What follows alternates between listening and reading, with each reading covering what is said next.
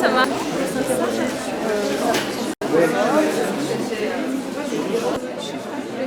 Il y a des outils pour regarder son vagin. Donc, spéculum.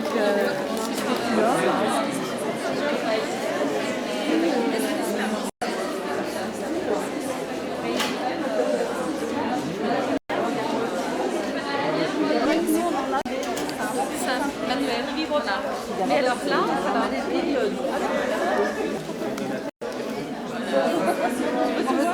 la diaphragme,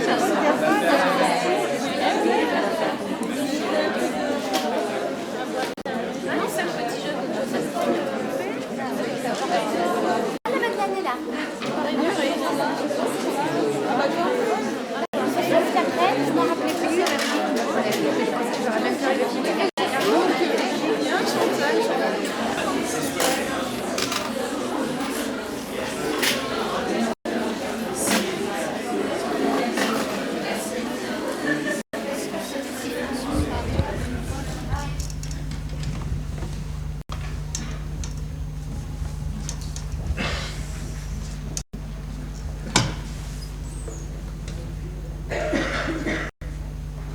Je parie que vous êtes inquiets. Nous étions inquiètes. Nous étions inquiètes à cause des vagins. Nous étions inquiètes à cause de ce qu'on en pense et peut-être même encore plus inquiètes à cause de ce qu'on n'en pense pas. Nous étions inquiètes à cause de nos propres vagins. Nous avions besoin de trouver une sorte de contexte, de communauté, de culture du vagin. Il y a tellement d'ombre et de mystères autour d'eux, c'est un peu comme le triangle des Bermudes. Personne n'en revient jamais pour vous en parler. D'abord, ce n'est pas si facile de trouver son vagin. Les femmes restent des jours, des semaines, des mois, voire des années sans le regarder. On a interviewé une grande femme d'affaires. Elle a répondu qu'elle n'avait pas le temps. Se regarder le vagin, mais c'est un travail énorme, ça demande au moins une journée de boulot. Il faut s'allonger sur le dos, devant une glace verticale, en pied de préférence. Il faut trouver la position idéale, la lumière idéale qui est masquée par la glace, ou alors c'est votre corps qui fait de l'ombre. Il faut se tortiller, se soulever la tête, on se fout le dos en l'air. Non, c'est épuisant. Elle était trop occupée, elle n'avait pas le temps. Donc il y a eu ces interviews qui sont devenues les monologues du vagin. Evansler a interviewé plus de 200 femmes. Des femmes âgées, des femmes jeunes, des femmes mariées, des femmes seules, des lesbiennes, des professeurs, des actrices, des cadres, des professionnels du sexe, des femmes jaunes, des femmes blanches, des femmes noires, des femmes chrétiennes, des femmes musulmanes, des femmes juives. Au début, ces femmes étaient un peu intimidées, elles avaient du mal à parler, mais une fois lancées, on ne pouvait plus les arrêter. Les femmes adorent parler de leur vagin. Ce qui les excitait le plus, c'est qu'on ne leur avait jamais demandé ça avant. Commençons justement par le mot vagin. Vagin. Au mieux, on dirait le nom d'une infection. Ou d'un instrument chirurgical. Infirmière, vite, passez-moi le vagin. Vagin, vagin. Vous pouvez le répéter autant de fois que vous voulez, il n'a jamais l'air du mot que vous voulez dire. C'est un mot absolument ridicule, pas du tout sexy. Essayez de le dire pendant que vous faites l'amour. Chérie, caresse-moi le vagin. Vous foutez tout par terre, tout de suite. Nous étions inquiètes à cause des vagins. Comment on les appelle et comment on les appelle pas? On a demandé aux femmes comment leur mère appelait leur vagin quand elles étaient petites. Ici, on les appelle des minous. Une femme nous a raconté que sa mère lui disait tout le temps « Ne mets pas de culotte sous ton pyjama, ma chérie, il faut aérer le minou. » Dans le nord, on dit le petit coin, le poudrier. Au sud, la foufoune. Mystery. Ici, le zizi, le piou-piou, la languette. Là, le kiki, la poupounette, le zigouigoui. Nous avons trouvé la crapounette, la biche, La zézette, La boîte à malice, le tutu, le tur, le tutu. la bécassine, le pipi, le frifri, le bijou, le bonbon, la nénette, la minette, La foufounette, la minouchette, la chatounette, la coucounette, la chounette. ici on dira le mimi. ailleurs, la bébête. Vous voyez, Nous nous sommes beaucoup inquiétés à cause des vagins. Ce premier monologue est basé sur le récit d'une seule femme, mais son sujet a été abordé par toutes les femmes. Et souvent, pour beaucoup d'entre elles, on sentait que l'évocation en était pénible et douloureuse. Ce sujet, c'était les poils.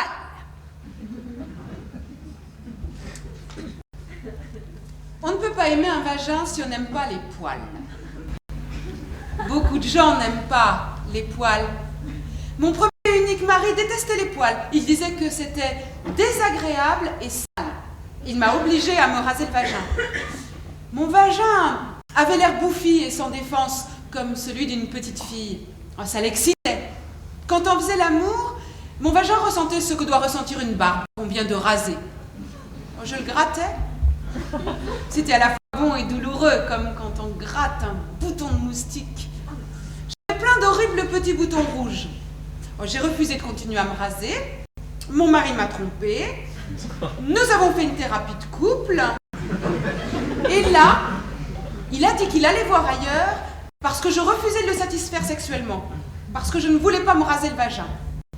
La thérapeute avait un accent allemand à couper au couteau. Elle poussait des « ah » entre chaque phrase pour bien montrer qu'elle compatissait. Elle m'a demandé pourquoi je refusais de satisfaire mon mari sexuellement. Pourquoi je ne voulais pas me raser le vagin.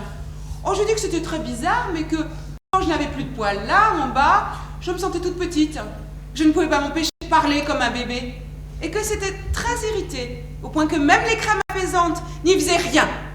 Elle m'a dit « ah » que le mariage n'était fait que de compromis. Je lui ai demandé si le fait de me raser le vagin empêcherait mon mari d'aller voir ailleurs, si elle avait eu des cas comme ça avant. Elle m'a dit « ah » que les questions diluaient le processus, que c'était déjà un bon début, qu'il fallait que je me jette à l'eau. Quand nous sommes rentrés à la maison, c'est mon mari qui m'a rasé le vagin. C'était une sorte de bonus à la thérapie. Oh, il m'a fait quelques petites coupures. Il y avait du sang dans la baignoire, mais il n'a rien remarqué, tellement il était heureux de me raser le vagin. Plus tard, quand il s'est serré contre moi, j'ai senti ses poils hérissés piquant mon vagin mis à nu. Il n'y avait plus de protection, plus de matelas dufteux. C'est alors que j'ai compris que si les poils étaient là, il y avait une raison. Ils sont comme la feuille autour de la fleur, comme la pelouse qui entoure la maison. On ne peut pas aimer un vagin si on n'aime pas les poils. Vous n'avez pas le choix, l'un ne va pas sans l'autre. En plus, mon mari a continué à me tromper. À toutes les femmes, on a posé les questions suivantes. Si votre vagin était habillé, que porterait-il? Un béret, un blouson de cuir, des bas de soie, un vison, un boa rose, un smoking d'homme, un jean. Un truc moulant, des émeraudes, une robe du soir, des paillettes. Rien que de l'Armani. Un tutu, des dessous noirs transparents, une robe de bal en taffetas. Un truc lavable en machine.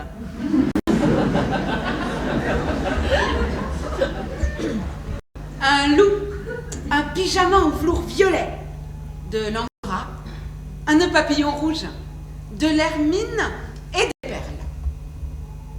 Un chapeau en léopard, un kimono de soie, un pantalon de survêtement, un tatouage. Un appareil électrique pour chasser les étrangers. Des talons aiguilles, de la dentelle et des rangers, des fruits, des fleurs et des plumes roses, du coton, Un tablier, Un bikini. un imperméable, Si votre vagin pouvait parler en 2 mots, qu'est-ce qu'il dirait? va doucement. c'est toi? À table. J'en veux. Miam miam. Oh oui! Recommence. Non, par là. Lèche-moi. Reste à la maison. Bonne pièce. pioche. Essaye encore.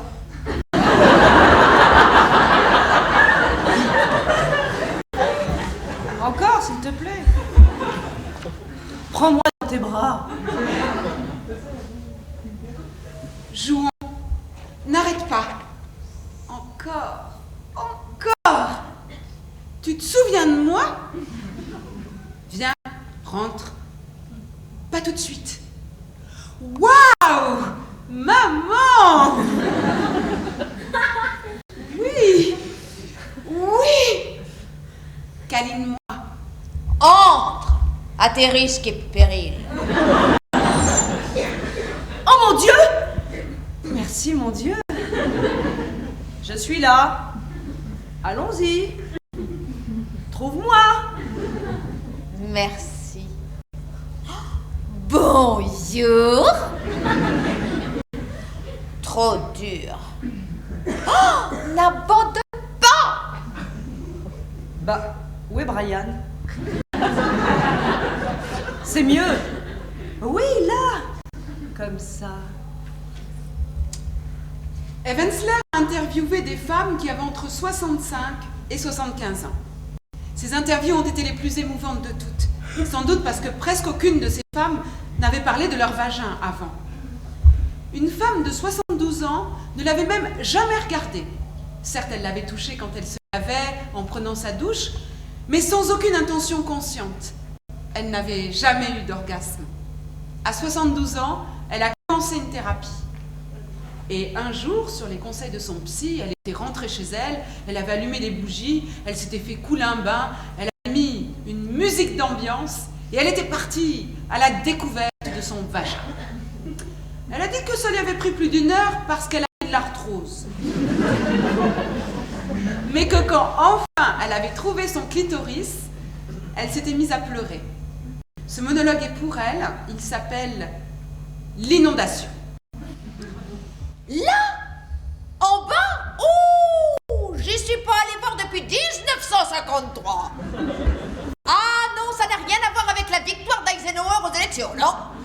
Non, c'est comme une cave, c'est humide, c'est moisi, croyez-moi, on n'a pas envie d'y aller voir, hein?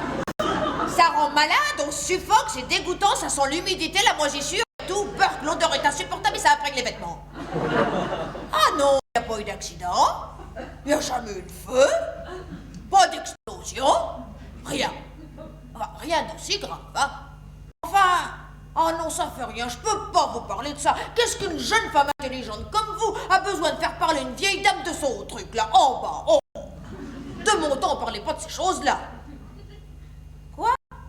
Ah, mon Dieu, bon, d'accord. Il y a eu un garçon, Andy Levkov. Oh, il était tellement mignon. Enfin, moi, je le trouvais mignon. Il était grand comme moi et vraiment, je l'aimais bien. Alors, il m'a demandé de sortir avec lui. On était dans sa voiture et... Ah non, je peux pas vous raconter ça.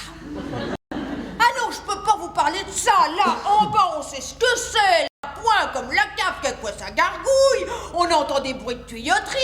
Il y a des trucs qui restent bloqués là-dedans, des machins, des petites bêtes. C'est tout mouillé, alors vous faites réparer les fuites. À part ça, la porte est toujours fermée et on oublie, je veux dire, ça fait partie de la maison, mais on le voit pas, alors on n'y pense pas. Mais il faut que ça y soit, parce que toutes les maisons ont besoin d'une cave.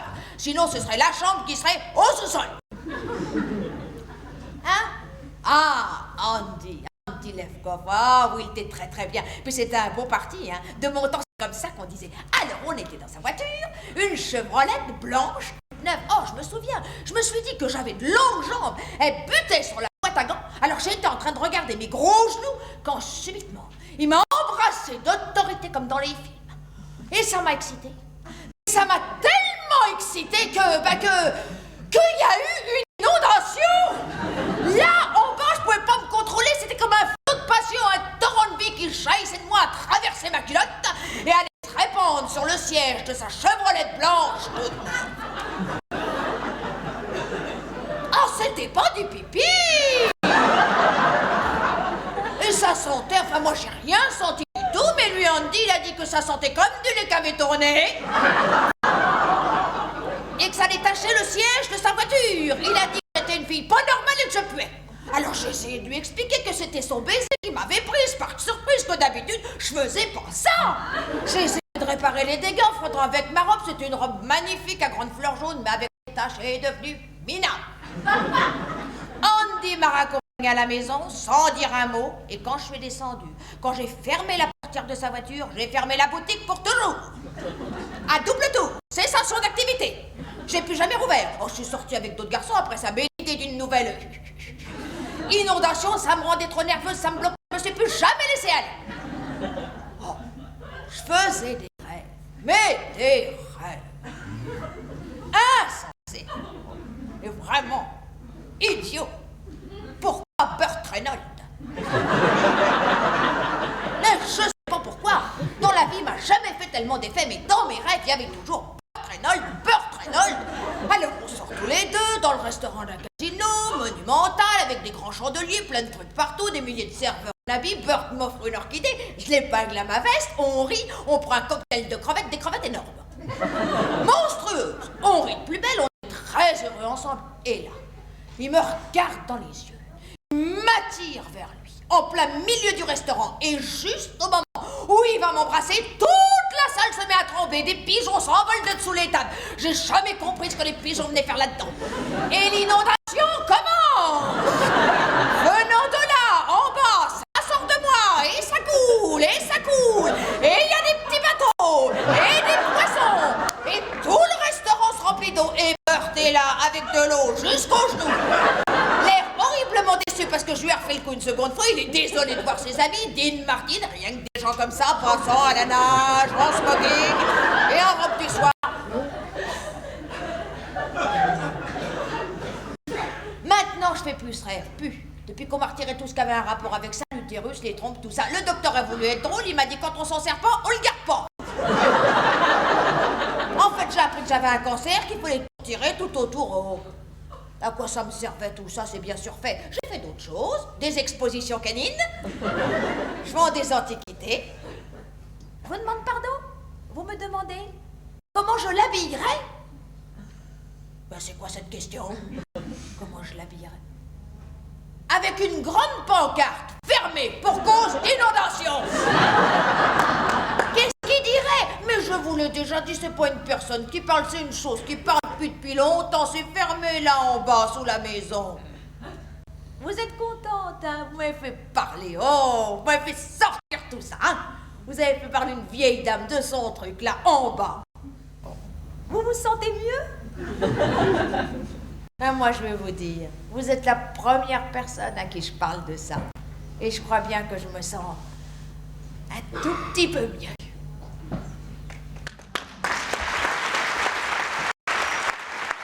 C'est un coquillage rose et délicat qui s'ouvre et qui se ferme. Mon vagin est une fleur, une tulipe excentrique. Son cœur est vif et profond, son parfum est délicat, ses pétales doux et fermes à la fois.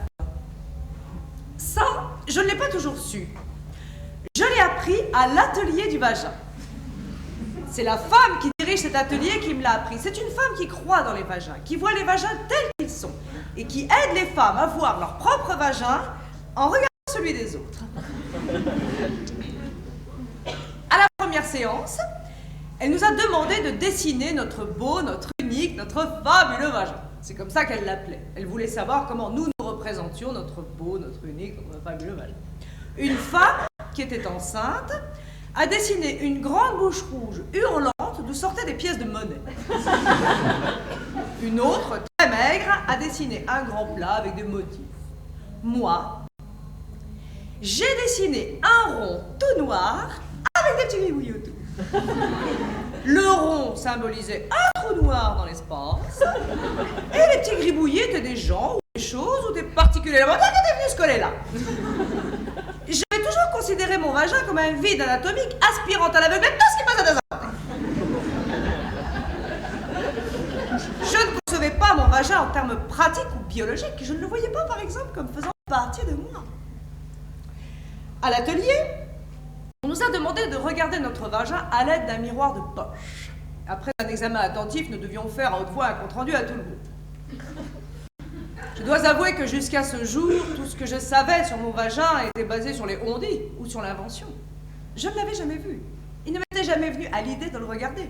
Mon vagin n'avait d'existence pour moi que sur un plan abstrait. Je trouvais ça réducteur et choquant de le regarder allongé comme nous l'étions sur nos matelas bleus, nos miroirs à la main. Ça me faisait penser à ce que les premiers astronomes avaient dû ressentir avec leur télescope rudimentaire. Au début, mon vagin, je l'ai trouvé plutôt inquiétant. Un peu comme quand vous voyez pour la première fois un poisson ouvert. Et que vous découvrez à l'intérieur tout cet univers complexe et sanguin, juste là, sous la peau. C'était tellement rouge, tellement frais, tellement cru. Ce qui m'a le plus surpris, c'était toutes ces couches successives. Une couche sur une autre couche, ouvrant sur une autre couche. Mon vagin m'a stupéfiée.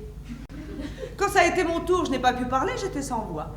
Je venais de m'éveiller à ce que cette femme qui animait l'atelier appelait l'émerveillement vaginal. Je n'avais qu'une envie, rester là sur mon tapis à contempler mon vagin jusqu'à la fin du temps. C'était mieux que le Grand Canyon. Vieux comme le monde et plein de grâce.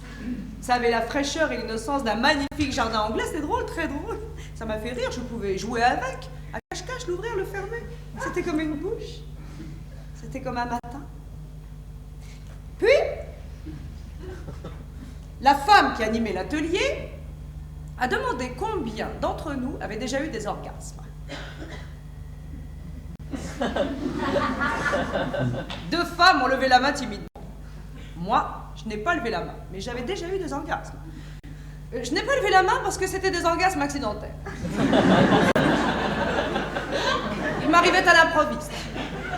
Dans mes rêves, et je m'éveillais épanouie, dans l'eau souvent, dans mon bain la plupart du temps, une fois à la piscine à Saint-Tropez, à cheval, en vélo, sur mon tapis de marche à la gym.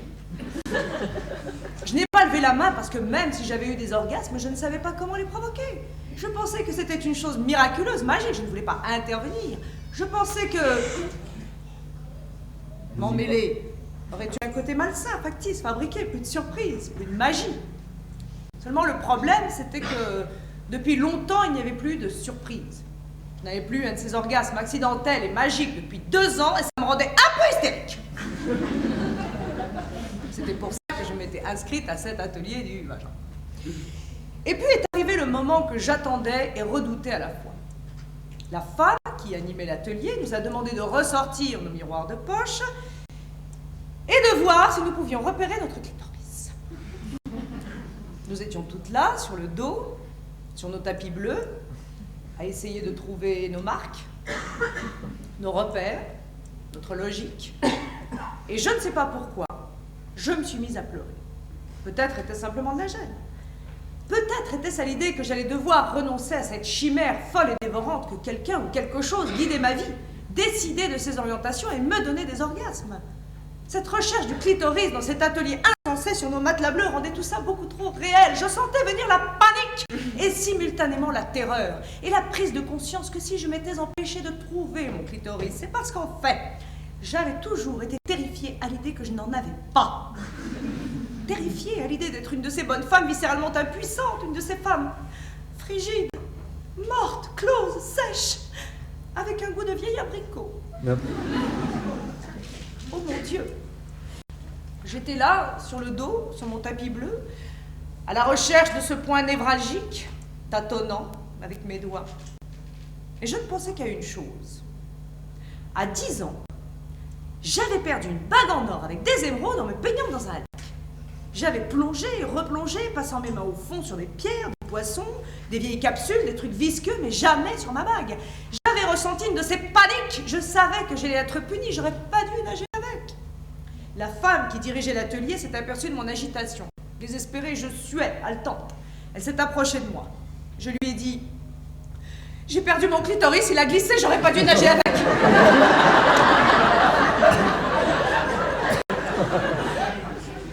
Elle a éclaté de rire.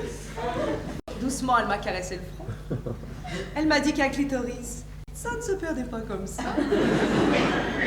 Qu'il était moi, qu'il était mon essence même, qu'il était tout à la fois la sonnette de ma maison et ma maison elle-même, que je n'avais pas à le retrouver, dit-elle, que j'avais à l'être, être lui, être Être mon clitoris. Être mon clitoris. Étendu, j'ai fermé les yeux, j'ai posé mon miroir et je me suis regardée flotter au-dessus de moi. J'ai regardé comment lentement je réentrais en moi. Je me sentais comme un astronaute revenant sur Terre. C'était très apaisant et très doux. Je rebondissais, je touchais terre et je rebondissais. Je suis revenue dans mes propres muscles, dans mon propre sang, dans mes propres cellules, et puis je me suis glissée dans mon propre vagin. Tout à coup, c'était devenu très facile. Ça allait tout seul. C'était tout chaud, c'était jeune, c'était vivant, ça palpitait, ça n'attendait que moi. Et là, les yeux toujours clos, j'ai posé le doigt sur ce qui soudain était devenu moi. Au début, c'était un peu frémissant, c'est ce qui m'a poussé à continuer. Puis le frémissement s'est transformé en tremblement, puis le tremblement en éruption. Et les différentes couches se sont divisées et divisées encore, et le tremblement a explosé sur un horizon du temps passé, fait de lumière, de silence et de couleurs, qui s'est à son tour ouvert sur une image d'innocence et sur un désir fou. Et j'ai senti la connexion, l'irrésistible connexion s'opérer. Tandis que je restais là, étendue et agitée de spasmes sur mon petit matelas bleu.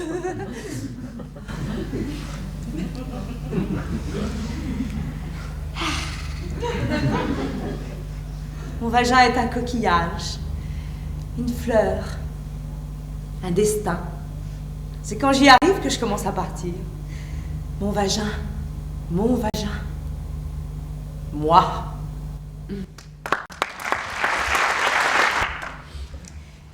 La femme, géographie intime de Nathalie Angier. Le clitoris est pur, par définition. C'est le seul organe du corps humain fait purement pour le plaisir. Le clitoris n'est qu'une simple boule de nerfs, 8000 terminaisons nerveuses, pour être tout à fait précis. C'est la plus forte concentration de terminaisons nerveuses qu'on puisse trouver dans tout l'organisme, plus que le bout des doigts, plus que les lèvres, plus que la langue, et 2 fois plus, je dis bien 2 fois plus, que le pénis. Alors, je vous le demande, qui voudrait d'un fusil quand on a une belle mitraillette?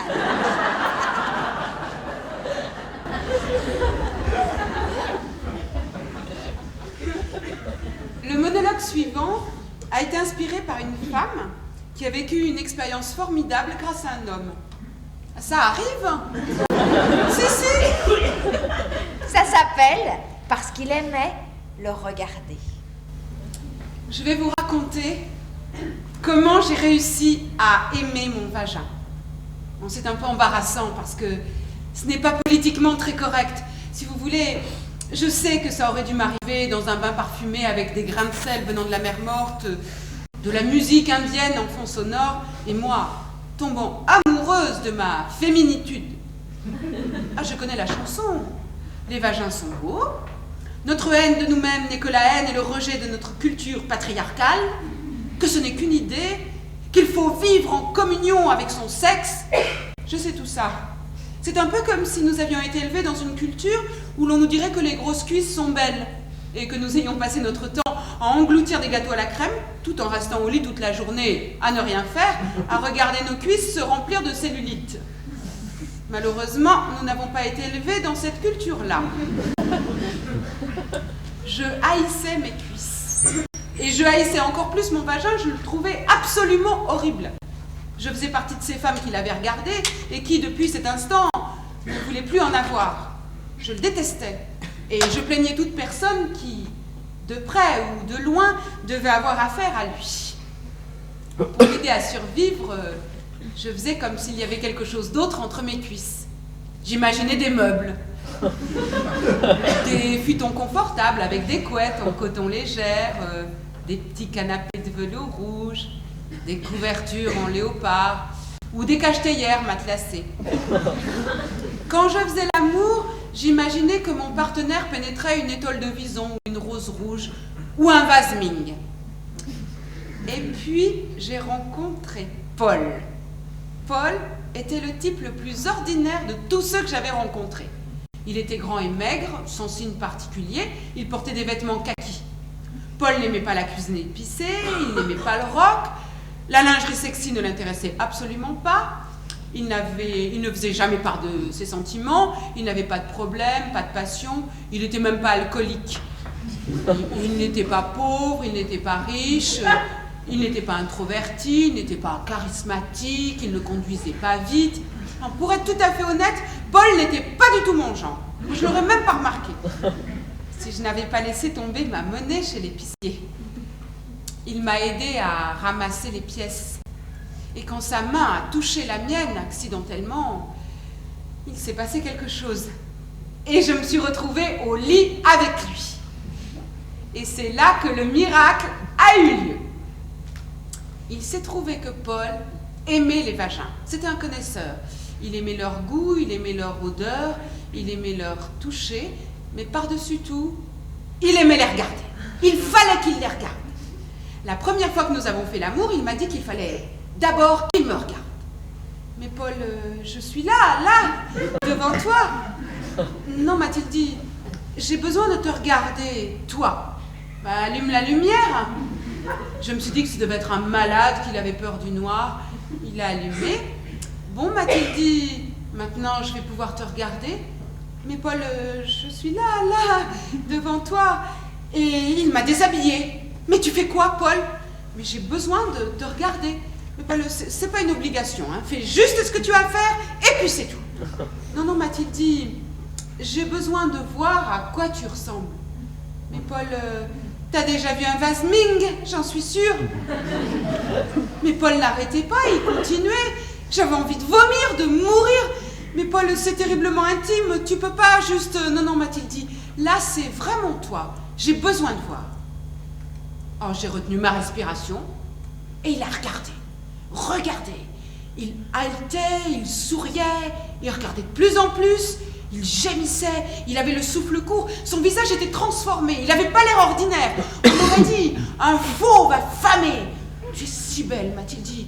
Tu es gracieuse, mystérieuse, innocente et sauvage. Et c'est là que tu vois tout ça, j'ai dit. Mais on aurait dit qu'il me lisait dans les lignes de la main. Oui, tout ça, et plein d'autres choses encore. Paul a regardé pendant presque 1 heure, comme s'il étudiait une carte de géographie, comme s'il observait la lune, comme s'il me regardait dans les yeux, sauf que c'était mon vagin. Et dans la lumière, je le regardais me regarder, et il avait l'air tellement excité, tellement serein, tellement euphorique, que je me suis sentie moi-même toute mouillée, toute chamboulée. J'ai commencé à me sentir belle et délectable, comme une œuvre d'art, comme une chute d'eau. Paul n'avait pas peur. Paul n'était pas dégoûté. J'ai commencé à me sentir fière et importante. J'ai commencé à aimer mon vagin. Et Paul était là, perdu dans sa contemplation, et j'étais là avec lui dans mon vagin, et nous étions loin, très loin, tous les deux.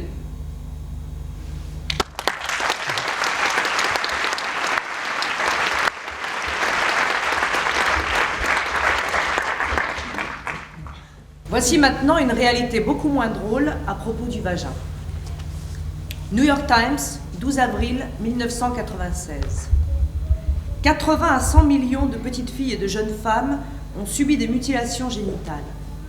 Dans les pays où ces pratiques ont cours, pour la plupart des pays africains, chaque année, quelques 2 millions de fillettes doivent s'attendre à ce qu'un couteau, un rasoir ou un morceau de verre leur sectionne le clitoris, et qu'une partie ou la totalité de leurs lèvres soit cousue ensemble à l'aide d'un fil et d'une aiguille. Souvent, cette opération est comparée à la circoncision. En fait, ceci équivaudrait chez un homme à l'ablation de la totalité du pénis. Conséquence, à court terme, pour ces petites filles, tétanos, septicémie, hémorragie, lésions de l'urètre, de la vessie, des parois vaginales et du sphincter anal. À long terme, infection utérine chronique, douleurs et dangers à l'accouchement multipliés, mort prématurée. Evansler a interviewé beaucoup de femmes au sujet des règles. Une sorte de chant choral a commencé à s'élever, un chant sauvage et collectif. Toutes les voix des femmes se faisaient écho. J'ai laissé ces voix saigner les unes sur les autres et je me suis laissé emporter dans ce flot de sang. J'avais 12 ans, ma mère m'a giflé. J'avais 7 ans, j'étais au cours élémentaire. Mon frère a parlé des règles. J'ai pas aimé la façon dont il a ricané. Je suis allée trouver ma mère. C'est quoi les règles? J'ai dit. C'est pour tracer les traits, pour qu'ils soient bien droits. Mon père m'a écrit une carte pour ma petite fille, qui n'est plus si petite. J'étais terrorisée, je me souviens. J'ai été une des dernières à les avoir. J'avais 13 ans. On voulait toutes qu'elles arrivent. J'avais tellement peur, je mettais des protections usagées dans des sacs en papier que je cachais dans des coins sombres, sous le toit. J'étais en 4e, ma mère m'a dit « Oh, c'est bien ». J'étais au collège. J'ai eu des pertes marron avant qu'elles arrivent. Ça a coïncidé avec l'apparition de poils sous mes bras qui poussaient de manière anarchique. Sous une aisselle, j'avais des poils, sous l'autre, pas.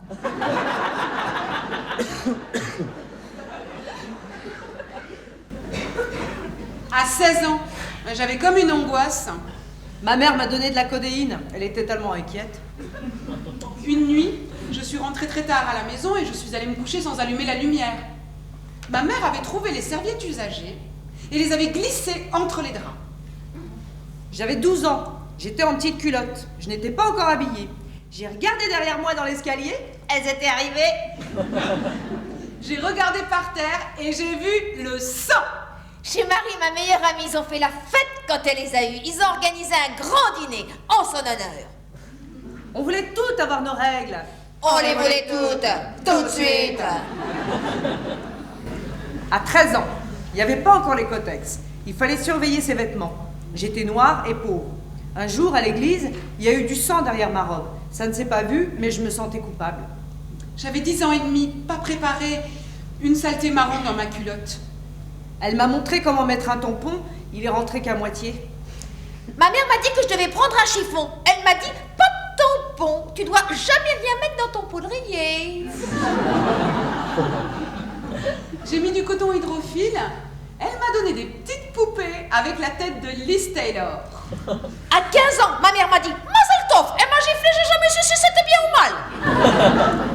Mes règles, c'est comme une pâte à tarte avant qu'on la cuise. Les Indiennes restent assises sur de la mousse pendant 5 jours. Je voulais être une squaw. À la gym, quand je voyais des filles blanches se mettre des tampons, je me disais que c'était des vicieuses. J'ai vu les gouttes rouges sur les carreaux roses. J'ai dit « Ouais !»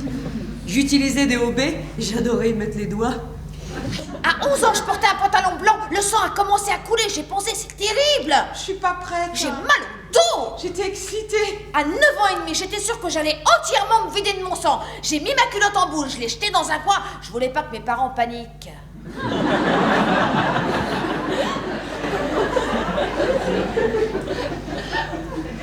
Ma mère m'a fait un vin chaud et je me suis endormie. Ma meilleure amie m'a dit « Tous les mois, c'est l'hémorragie totale. »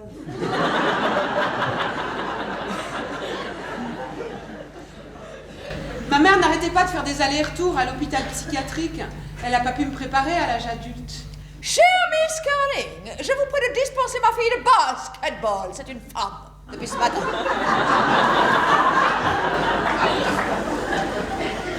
J'avais peur que les gens le sentent, peur qu'ils disent que je sentais le poisson.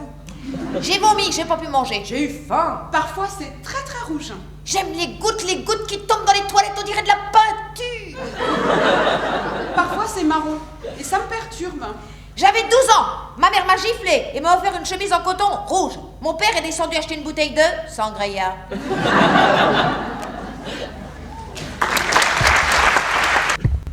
C'est vrai, il en a ras-le-bol. Mon vagin est furieux et il faut qu'il parle. Il faut qu'il vous parle. Bon. C'est quoi le problème? Une armée de gens, là, qui n'ont qu'une idée en tête. Torturer mon pauvre petit cul. Mon adorable petit vagin. Ils passent leur temps à inventer des trucs de psychopathes. Des idées dégoûtantes pour me saper la foufounette. C'est des enfoirés du vagin. Toutes ces saloperies là, ils arrêtent pas d'essayer de nous les rentrer dedans, de nous aseptiser avec. En un mot, de nous annihiler le vagin. On ne supprimera pas mon vagin comme ça. Il est furieux, mais il bougera pas. Arrêtez les portables, s'il vous plaît. Tenez, les tampons. C'est quoi cet enfer? Un putain de bout de coton tout sec qu'on se colle là. Non mais franchement, ils pourraient pas trouver un moyen de les lubrifier délicatement leurs tampons? Dès que mon vagin en aperçoit un, il est en état de choc. Il dit pas question et il se ferme. Vous devez travailler pour les vagins, leur présenter les choses, les préparer. Ça sert à ça les préliminaires. Vous devez convaincre mon vagin, le séduire, gagner sa confiance. Et je peux vous dire que vous n'y arriverez jamais avec un putain de bout de coton tout sec. Arrêtez de le bourrer de trucs et de machins. Arrêtez de le remplir. Et arrêtez de vouloir le rendre propre. Mon vagin n'a pas besoin qu'on le nettoie. Il sent bon naturellement. En tout cas, c'est ce que les mecs disent. Ouah, qu'est-ce qu'il sent bon. Et ne les croyez pas s'ils vous disent qu'il a une odeur de rose, alors que il est censé sentir la chatte, tout simplement. Et eux, ils veulent qu'ils sentent les sels de bain, ou comme un jardin, avec tous leurs sprays, aux fruits, aux fleurs, à la pluie. Mais je ne veux pas que mon vagin sente la pluie, moi. Le nettoyer partout, c'est comme laver un poisson après l'avoir cuit. Je veux que le poisson sente le poisson, c'est pour ça que je l'ai commandé. Et les examens. Qui est-ce qui a inventé les examens? Il n'y aurait pas une manière plus agréable de les pratiquer? Pourquoi ce papier rêche qui crisse quand vous allongez dessus? Pourquoi ces gants de caoutchouc? Pourquoi cette lumière aveuglante en pleine face comme si on était au music-hall? Pourquoi ces étriers d'acier, dignes des nazis? Et ce bec de canard. Infâme et glacé qu'on vous rentre dedans. Non mais c'est quoi ça? Ces visites foutent mon vagin dans une colère. Il est sur la défensive des semaines à l'avance, il se ferme, il n'arrive pas à se décontracter. Ça vous fait pas ça, vous? Décontractez-vous. Décontractez votre vagin. Mon vagin, il est pas fou, il sait ce qui l'attend. Décontracte-toi, qu'on puisse t'enfoncer un bec de canard glacé.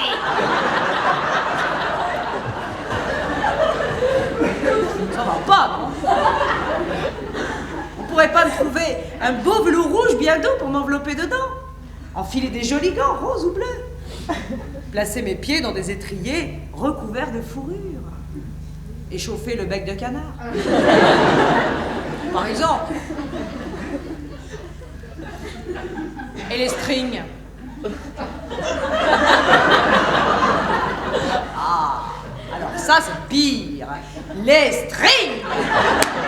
Qui a eu cette idée de génie? Ça bouge tout le temps et ça vous rentre dans le vagin comme un vieux mégot rugueux. Un vagin doit toujours être libre et ouvert, jamais comprimé. C'est pour ça que les gaines sont atroces. Nous avons besoin de bouger, de nous épanouir et de parler, Nos vagins ont besoin de confort, faut tout faire pour ça, pour leur donner du plaisir. Et ça, bien sûr, ils ne veulent pas. Ça les défrise de voir une femme avoir du plaisir, surtout si c'est un plaisir sexuel. Pourquoi vous nous inventez pas un slip en coton hyper doux, avec titilleur intégré?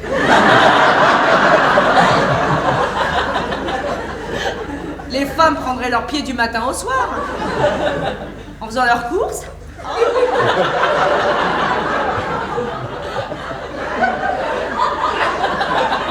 Dans le métro.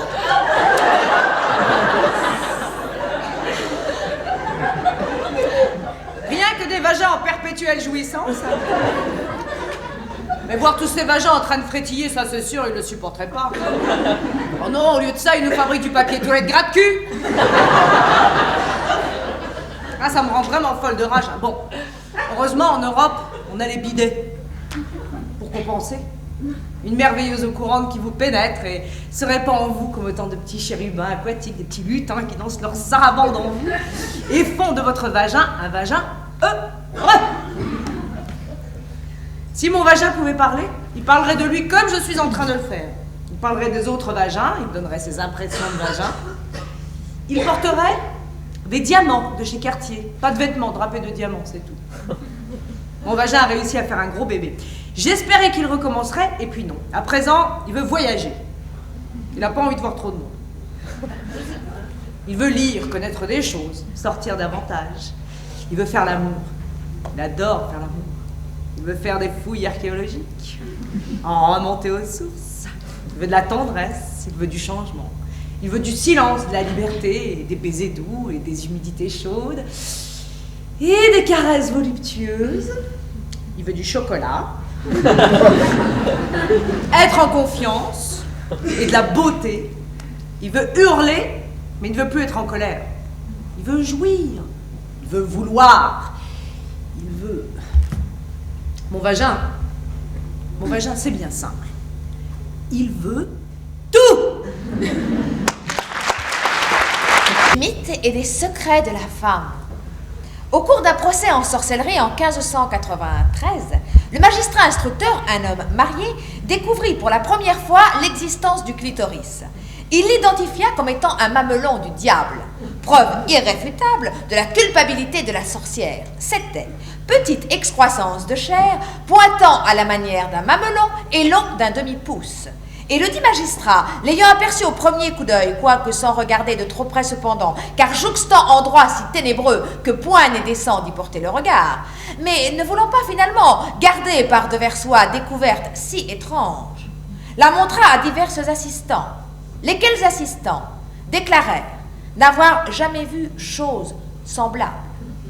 Et la femme fut condamnée comme sorcière et brûlée. Encyclopédie des mythes et des secrets de la femme. Au XIXe siècle, les petites filles qui développaient leur capacité orgasmique par la masturbation étaient considérées comme des cas médicaux. Alors souvent on les traitait ou corrigeait par l'excision ou la cautérisation du clitoris, ou encore en créant une ceinture de chasteté miniature, c'est-à-dire en cousant ensemble les grandes lèvres pour mettre le clitoris hors de leur portée, et parfois même par castration avec ablation chirurgicale des ovaires. En revanche, il n'y a pas d'exemple dans la littérature médicale d'ablation chirurgicale des testicules ou d'amputation du pénis pour empêcher la masturbation chez les petits garçons. Aux États-Unis, la dernière clitoridectomie connue à but curatif de la masturbation a été enregistrée en 1948 sur une petite fille de 5 ans. Evansler a interviewé des femmes bosniaques dans les camps de réfugiés pendant la guerre en ex-Yougoslavie. 20 à 70 000 femmes ont été systématiquement violées sous prétexte de tactiques de guerre en plein milieu de l'Europe en 1993. Il est très choquant que si peu de gens aient essayé d'y mettre un terme. Cela dit, plus de 50 000 femmes sont violées en France tous les ans. Et nous ne sommes pas en guerre. Enfin, théoriquement.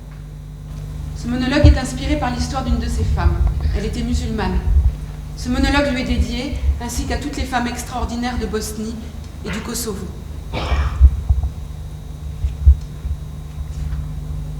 Mon vagin, mon village. Mon vagin était une fraîche prairie verte et rose. Les vaches paissaient, mon fiancé me caressait tendrement, avec un fétu de paille blonde. Il y a quelque chose entre mes jambes. Je ne sais pas ce que c'est. Je ne sais pas où c'est. Je ne peux plus y toucher. Plus maintenant. Plus depuis. Plus jamais. Mon vagin était bavard. Il ne pouvait attendre. Il en disait, il en disait. Oh oui, il en disait. Depuis que je rêve qu'il y a un animal crevé, cousu entre mes jambes avec du fil noir, il ne parle plus. Et l'odeur horrible de l'animal mort m'envahit. Et sa gorge tranchée saigne et tache mes robes d'été. Mon vagin connaissait toutes les chansons des femmes, toutes les chansons paysannes, toutes les chansons des forêts d'automne, toutes les chansons du pays. Depuis que les soldats y ont glissé le canon de leur fusil, ils ne chantent plus. L'acier était si froid qu'il m'a glacer le cœur? Vont-ils tirer? Vont-ils l'enfoncer jusqu'à mon cerveau, qui se tord de peur? Je ne sais pas. 6 d'entre eux, monstres affreux, encagoulés de noir, m'enfoncent des bouteilles aussi, et des matraques, et un balai. Mon vagin était l'eau d'une rivière où il faisait bon se baigner. Eau claire courant sur les pierres inondées de soleil, sur la pierre de mon clitoris, encore et encore. Depuis que j'ai entendu la chair se déchirer avec un bruit strident, la rivière ne coule plus. Plus depuis qu'un morceau de mon vagin, un morceau de ma lèvre est resté dans ma main. Mon vagin, village d'eau, village vivant, doux et chaud. Mon vagin là où je suis née. Depuis que pendant 7 jours, ils m'ont chacun à leur tour, puant la merde et la pourriture, inondés de leur sperme immonde. Je n'y habite plus. Je suis devenue une rivière, charriant le pu et les poisons. Et toutes les récoltes sont mortes. Et tous les poissons. Mon vagin, village d'eau, village vivant, doux et chaud. Ils t'ont envahi, massacré, incendié. Je ne peux plus te toucher. Je ne peux plus venir te voir. J'habite ailleurs, à présent. Ailleurs. Mais je ne sais pas où.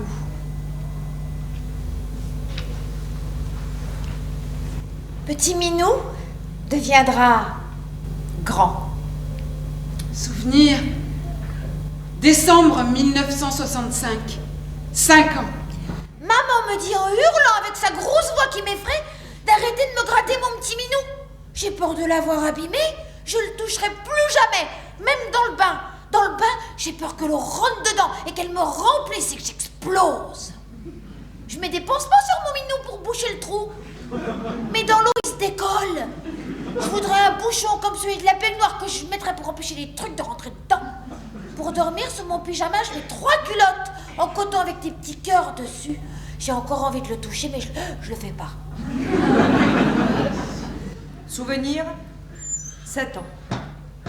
Edgar Montagny, il a 10 ans. Et il se met très en colère après moi. Et il me frappe de toutes ses forces entre mes cuisses. C'est comme s'il m'avait cassé en deux. J'arrive à la maison en boitant. Maman me demande pourquoi. Qu'est-ce que j'ai au Minou?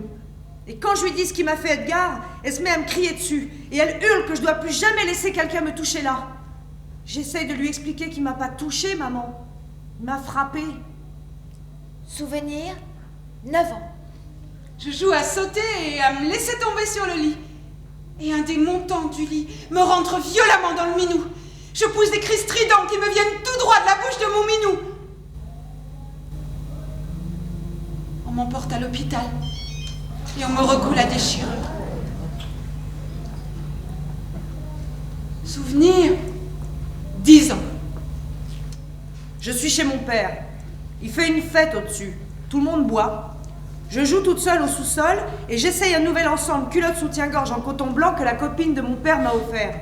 Tout à coup, Alfred, le meilleur ami de mon père, un géant, arrive par derrière moi et m'arrache ma nouvelle culotte et fourre son gros machin tout dur dans mon Minou. Je hurle, je donne des coups de pied, j'essaye de le repousser, mais il est déjà dedans. Mon père arrive et il a un pistolet et il y a un bruit terrible. Il y a du sang partout, sur Alfred et sur moi, plein de sang. Je suis sûre que mon Minou est brisé pour toujours. Alfred reste paralysé pour la vie et pendant 7 ans, ma maman m'empêche de voir mon père.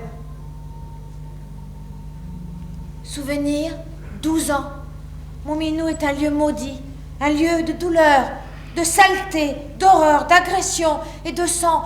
Un endroit qui porte malheur. Je voudrais que ce soit une autoroute entre mes jambes et je partirais loin, loin d'ici.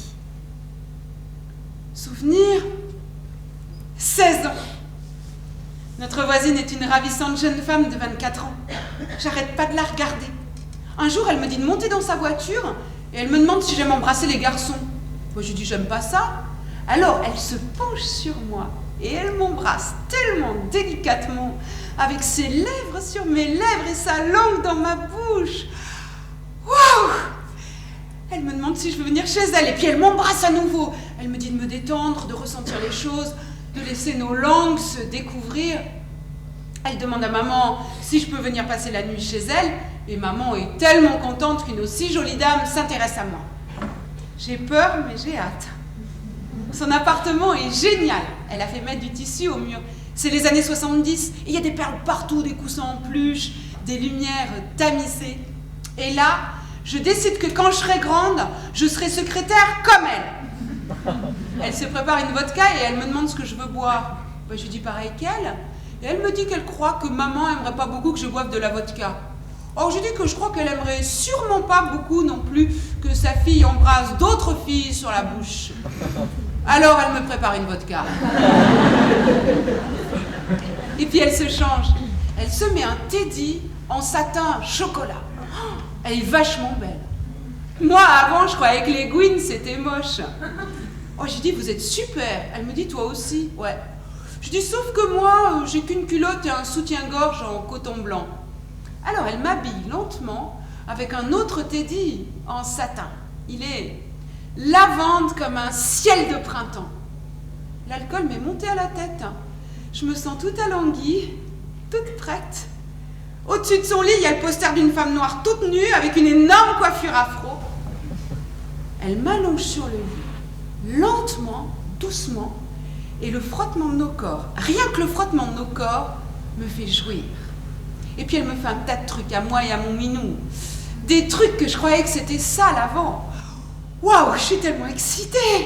Elle me dit, ton petit vagin sent si bon, il est si frais, si doux, que je voudrais le garder comme ça pour toujours. Alors je deviens dingue, moi, complètement dingue, et le téléphone sonne, et c'est maman. Ah non, mais je suis sûre qu'elle sait toujours quand je fais quelque chose. Oh, je suis toute essoufflée, j'essaye d'avoir l'air normal au téléphone. Elle me dit, mais qu'est-ce qui t'arrive, t'as couru? Je lui dis, non, maman, je faisais des exercices. Je prends un cours de culture physique. Et puis, elle demande à parler à la jolie secrétaire. Elle veut être sûre qu'il n'y a pas d'homme dans les parages. La jolie dame lui dit, alors là, vous pouvez me faire confiance. Il n'y a pas un seul homme à l'horizon. Et puis après ça, la jolie dame m'apprend tout sur mon minou. Elle me fait jouer avec pendant qu'elle regarde. Elle m'apprend tous les moyens pour me donner du plaisir toute seule. Elle est super consciencieuse. Elle m'explique tout bien pour que j'ai jamais besoin des mecs. Le lendemain, j'ai peur d'être devenue une gouze, tellement je suis amoureuse d'elle. Ah, ça l'a fait rire, mais je l'ai jamais revue.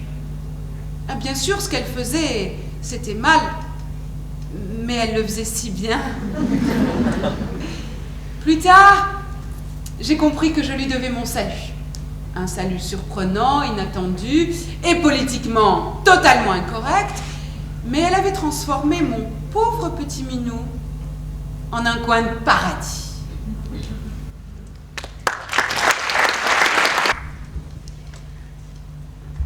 Votre vagin, il sent quoi? La terre, les ordures humides, Dieu,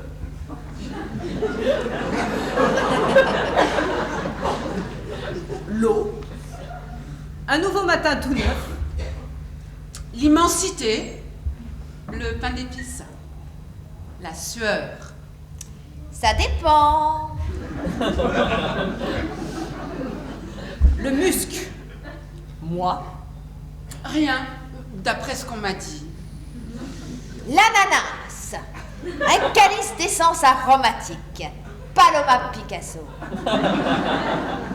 la terre et le musc, la cannelle et la girofle, la rose, une forêt de jasmin musqué et épicé, profonde, très très profonde.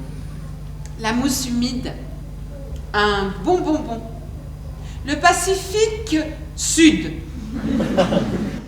Quelque chose entre le poisson et le lilas.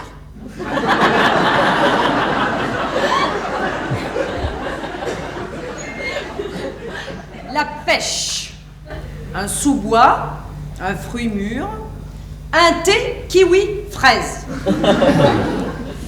Le paradis. De l'eau avec du vinaigre, une liqueur douce et légère. le fromage. L'océan, le sexe, une éponge. Le commencement. On a demandé à une petite fille de 6 ans.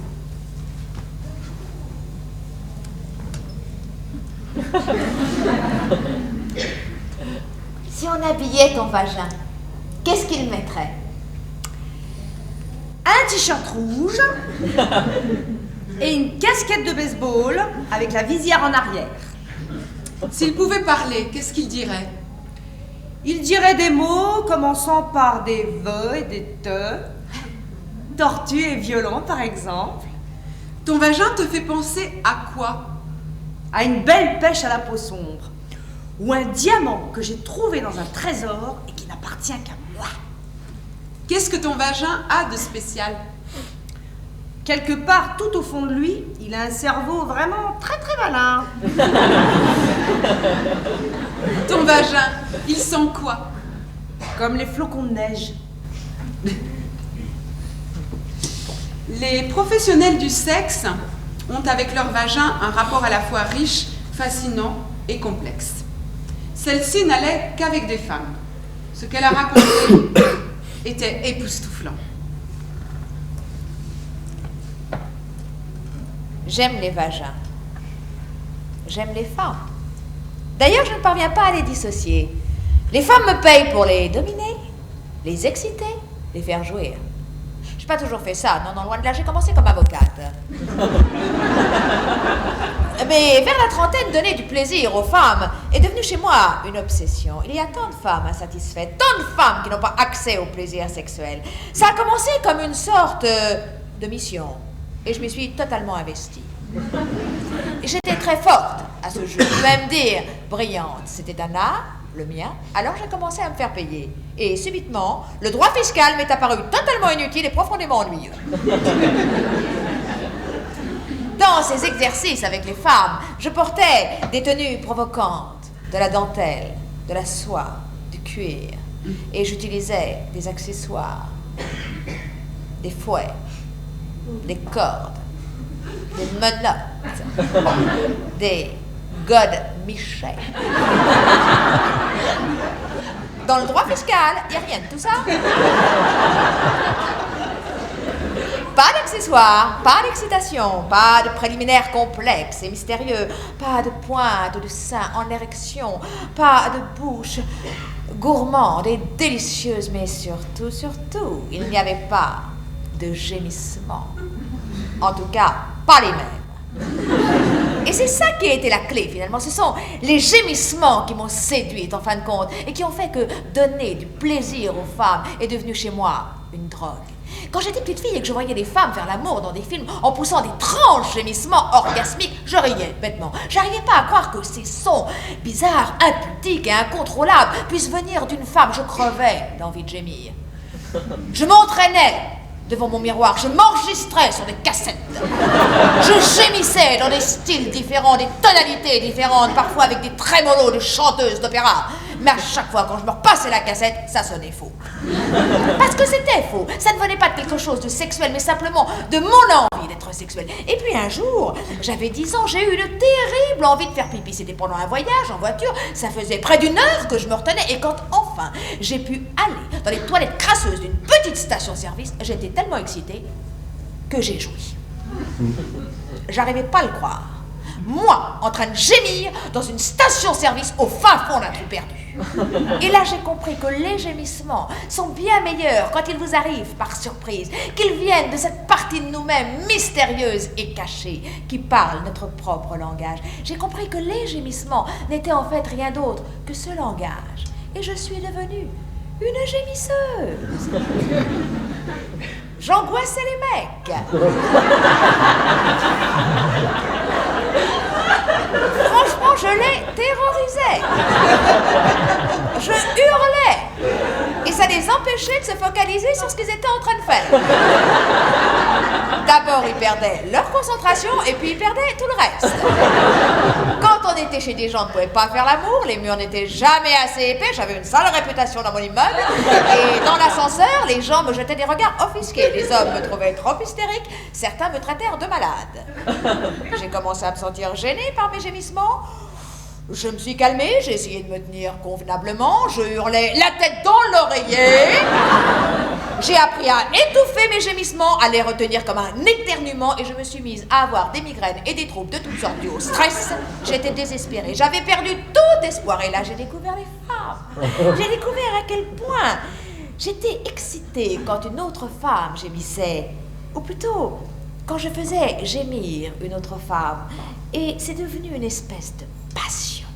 Trouver la clé pour rendre sa voix au vagin, pour libérer cette voix, ce chant sauvage. J'ai fait l'amour à des femmes habituellement silencieuses et elles étaient choquées par leurs propres gémissements. J'ai fait l'amour à des femmes qui savaient ce que c'était qu'un gémissement et je leur ai fait atteindre des gémissements plus profonds, plus intenses qu'elles n'imaginaient même pas. Je suis devenue obsédée. Je n'avais plus qu'une envie, faire gémir les femmes, en avoir le contrôle comme un chef d'orchestre. C'est un peu comme de la chirurgie, un art délicat pour trouver le bon tempo, le point exact, le refuge du gémir. J'appelais ça comme ça. Parfois, je le trouvais au travers de la toile du jean. Parfois, je tombais dessus en secret, je déconnectais tranquillement l'alarme qui le retenait. J'entrais. Parfois, je me servais de la force. Attention, pas la force brutale, oppressive, non, plutôt une force dominatrice, dans le genre reviens, je t'emmène quelque part, t'inquiète pas, couche-toi et profite du voyage. Parfois, c'était tout simple. Je tombais sur le gémissement avant même que les choses sérieuses aient commencé, tout en picorant une feuille de salade ou un morceau de poulet entre mes doigts, sans y penser, dans la cuisine, comme ça, la bonne franquette, le tout mélange à la vinaigrette. Parfois, j'utilisais des accessoires. J'adore les accessoires. Parfois, j'ai obligé la femme à trouver son gémissement toute seule. J'attendais, patiente, jusqu'à ce qu'elle se libère d'elle-même. Je me laissais pas avoir par des petits gémissements faciles. Non. Je l'obligeais à aller jusqu'au bout, à donner à son gémissement toute sa puissance. Il y a le gémissement clitoridien. Il y a le gémissement vaginal. Il y a le combiné clito-vaginal. Il y a le pré-gémissement. Il y a le presque gémissement. Il y a le gémissement décidé. Il y a le gémissement chic. Il y a le gémissement rockstar. I am a sex machine. Il y a le gémissement 7e arrondissement. Il y a le gémissement semi-religieux, petit papa Noël. Il y a le gémissement montagnard. Il y a le gémissement juif. Non. Il y a le gémissement bébé. Il y a le gémissement petit chien.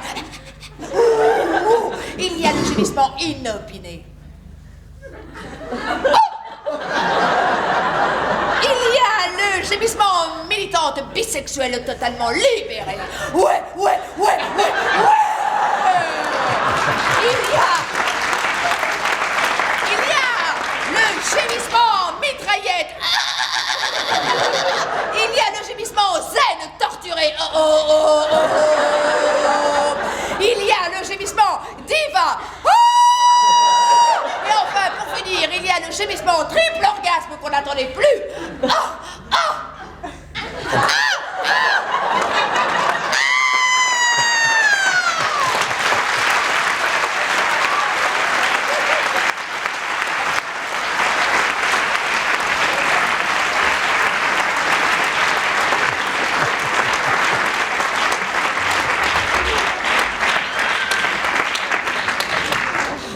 Ça fait du bien.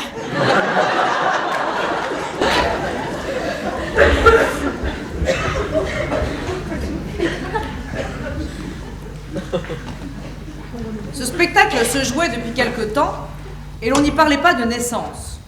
Cette omission paraissait bizarre. Encore que récemment, un journaliste à qui l'on relatait ce fait a dit « Ah ouais, où est le rapport ?»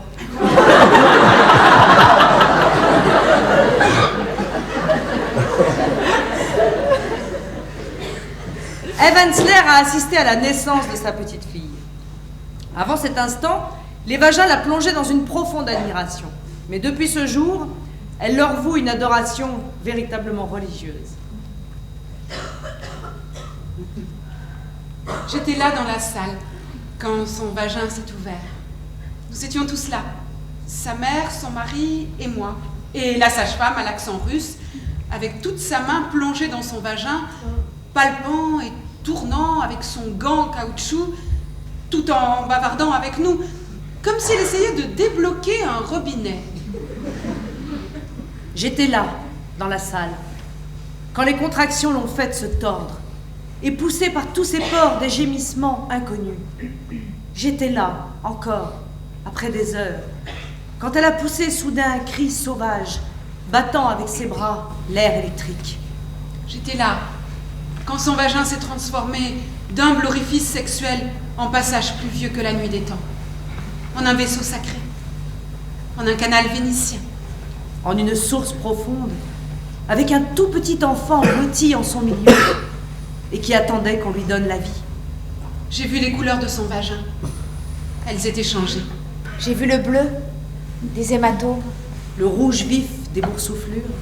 Les gris roses. les ombres. J'ai vu le sang perler sur le bord, comme une sueur. J'ai vu le jaune, Les humeurs blanches. La merde. les caillots jaillir de partout pendant qu'elle poussait plus fort, encore plus fort.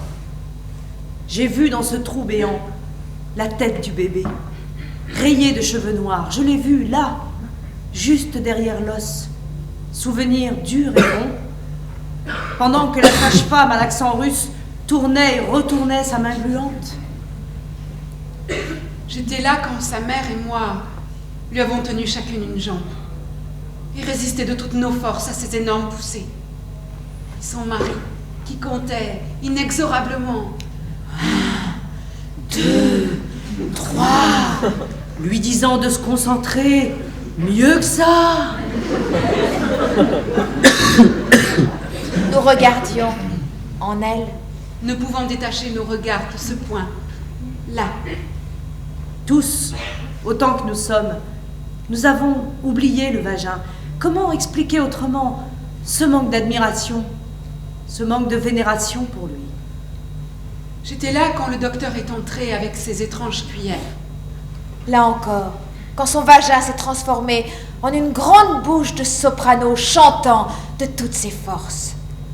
La petite tête d'abord, puis le petit bras blême, élastique, et puis le corps nageant vite, vite vers nos bras ruisselants.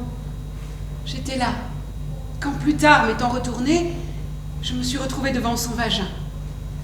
Et moi debout, je l'ai vue, elle, allongée sur le dos, complètement brisée, meurtrie, tuméfiée, déchirée, saignant sur les mains du docteur qui, tranquillement, la recousait.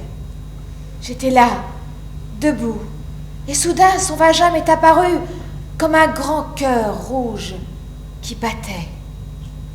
Le cœur est capable de sacrifice, le vagin aussi. Le cœur est capable de pardonner et de réparer. Il peut changer sa forme pour nous laisser entrer. Il peut se dilater pour nous laisser sortir. Le vagin aussi. Il peut souffrir pour nous, s'ouvrir pour nous, mourir pour nous et saigner pour nous dans ce monde difficile et merveilleux. Le vagin aussi. J'étais là. Dans la salle. Je me souviens.